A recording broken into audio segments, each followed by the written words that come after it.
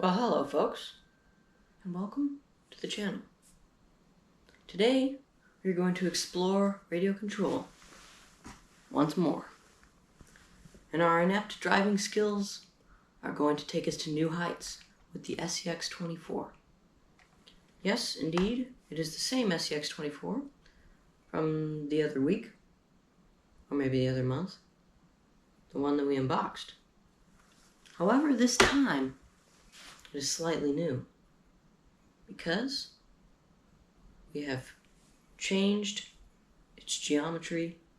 Well, not really its geometry, but its pieces. You see, we've taken pieces out and we've moved pieces around, and it actually performs better than before.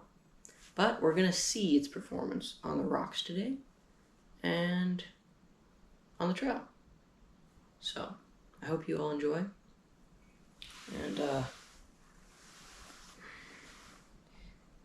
whatever is this thing, yeah, well, I should probably take care of it. So alright, so here I am at a local little rock outlet, so to speak, and I thought I'd show you kind of the capability of stock Scx24 Bronco that I kind of reconfigured using pretty much the stock stuff. It is basically all the same thing. I just moved shocks around.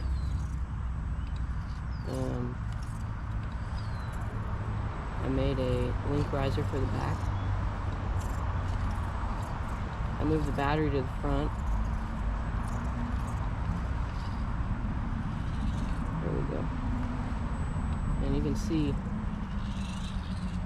it's a lot more capable than it was before because it lowered the CG significantly. So, bit of a lack of grip in the tires, you know. Still, the center of gravity isn't amazing.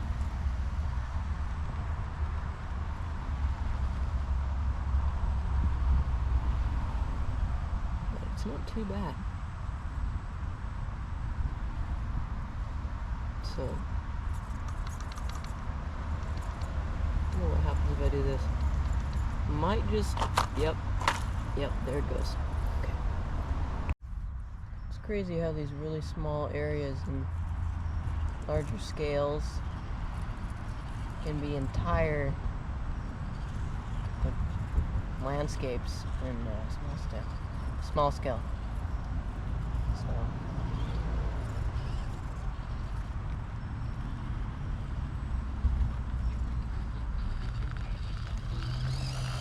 my other truck, this is like a pretty small area.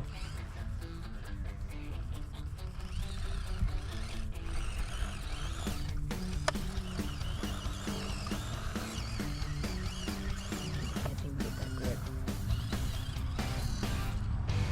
Oh, maybe. See, that's the downside to moving my shocks upward. It reduces the travel, so I can't get over anything else. But I noticed that if I don't have them like that, like I had them in the regular position before, just the front ones, the rear ones were moved. But when I had it like that, the CG was so bad I just couldn't do anything. So yeah, does need new shocks. Nevertheless, this thing is a ton of fun, for sure. It's enjoyable. Especially when you get those times when it actually does work out, you know? Which seems few and far between, but it's more often when I after I upgraded this thing. Not necessarily upgraded, but rearranged its parts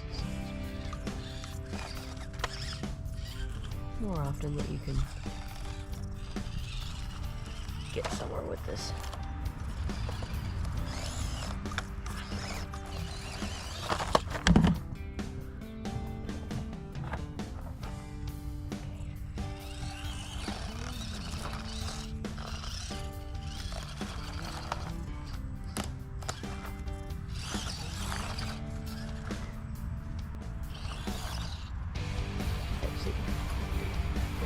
Sometimes you just need to bump it.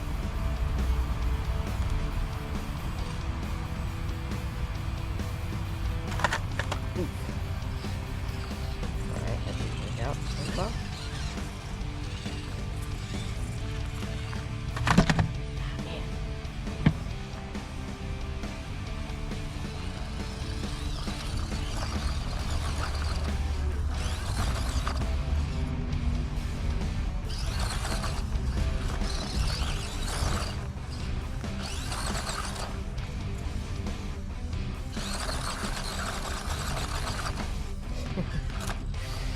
Well, it looks kind of silly. There we are. Yeah, it takes full throttle for sure. I'm not a fan of doing full throttle on these things though. Very much. I always feel like it's gonna break something. Okay. There we go. No, maybe. Oh shoot, the back tire. Back tire is caught up on the rock behind it.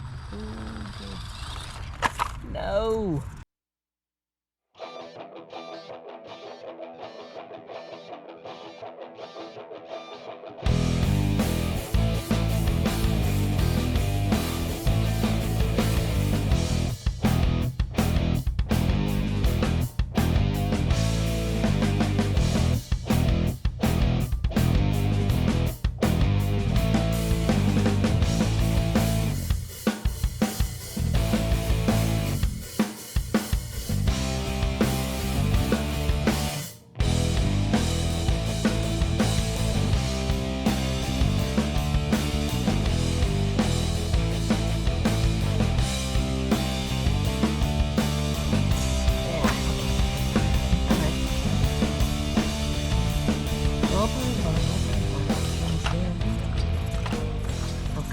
Fairly confident that I'm gonna get this. Otherwise I wouldn't be trying it this many times. It's just almost there, you know? Up, here we go, we're pulling there. No way if I just go straight up. No way. The entire time. Oh. The entire time, all I had to do was go forward. Alright. Alright. We'll call it that.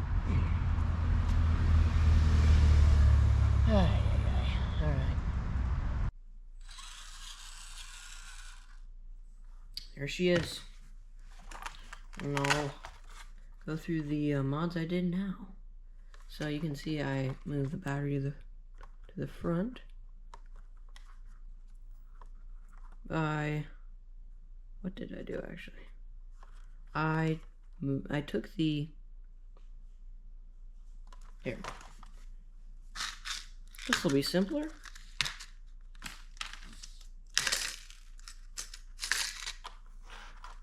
I took all of this off the truck. What I did. This, I took that out of the box. I took it, this was the original battery tray, took that off. Took the mount for the bumper and the bumper off. Took the top off. Took this thing off, which actually surprisingly weighs, like you can hear that, a lot. This weighs a lot, so I don't recommend keeping that on there. I took the springs off of the rear shocks and did my own custom bit. Oh, okay, focus. It's not focusing, sorry. But basically, I took a pen, this pen actually, and I used the spring from the pen as a stiffer spring than the stock spring here. And so I took this off and replaced it with that, but I only put the spring from the pen only on a small portion of it, so it's pretty much no spring until like there, and then there's a pretty rough spring on there, so it keeps it a lot more stable. The back end is a lot more stable now, and for a cheap too. And then I put link risers right there, which are basically, I just did 2 pieces of styrene. So yeah, that's that. And I had to put a little, what do you call this thing?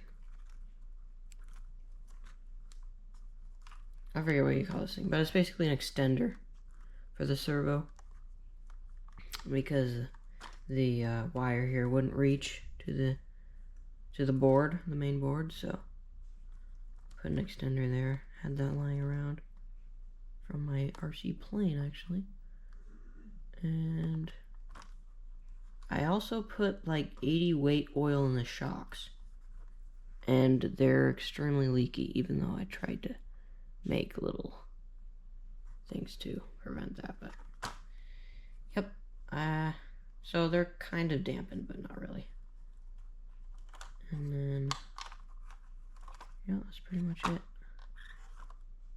Oh, and I put washers in the wheels. It's pretty nice. It's pretty decent now. So it's more fun to drive around, and it was kind of fun to tinker with, so I don't think it needed that extra front bumper anyway, to be honest. There's plenty of light with just those two. So, and what's cool about that is now I can just switch them on and off, and there's no annoying running lights to pester me, you know, in your eyes, you know.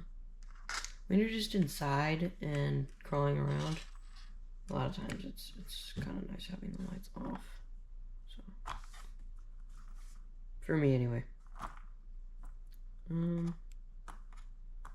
basically it. So, yep.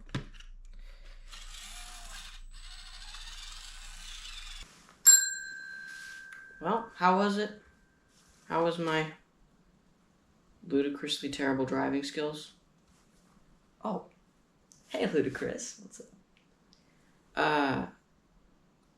Hopefully it wasn't too bad, but yeah, I just thought I'd make a video like to showcase the truck, and like, you know, hopefully you enjoyed watching as much as I enjoyed driving. I know that's probably not possible, but yeah, it's pretty awesome. So, thanks for watching, and have a great day.